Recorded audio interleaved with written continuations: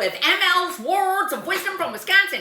And today's show is very educational, okay? Put your thinking caps on because I'm going to explain this whole phenomena called daylight savings time, okay? We're going to be either moving the clocks forward or backwards or staying the same or just sleeping through the whole thing and waking up and saying, does anybody really know what time it is? Okay, now let me put things into a historical, contextual relevancy diagram, okay? Now, long time ago, thousands of years ago, everybody had a calendar. The Mayans had a calendar, the Incas, the Egyptians. It was kind of like you had to have a calendar, kind of like having a color TV in your house, okay? So, here's an example of the Mayan calendar. And they developed this with like 12 months with 30 days each. And then they had 5 extra days because it takes the Earth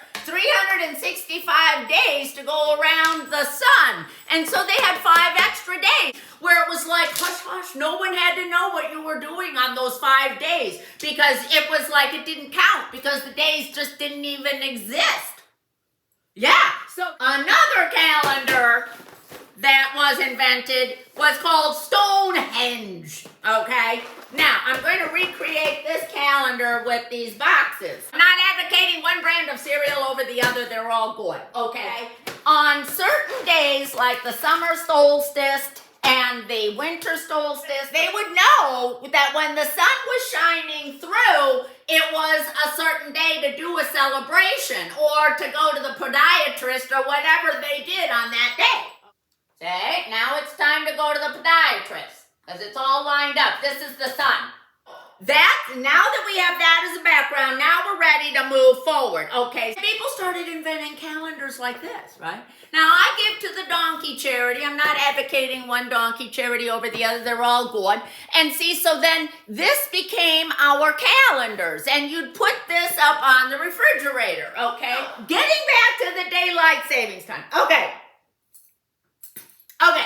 all right, so let's say this is the Earth. And the Earth is spinning around. And the Earth also, as it's spinning, it's rotating around the sun.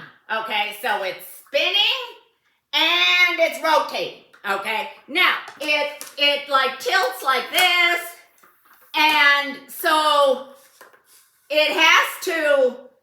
have to adjust. We have to adjust. Otherwise, it would be dark all the time or light all the time. Like, we spring ahead in the spring and we fall back in the fall. So you take your clock like this and you spring ahead, which means you move it forward. And then in the fall, you move it back an hour.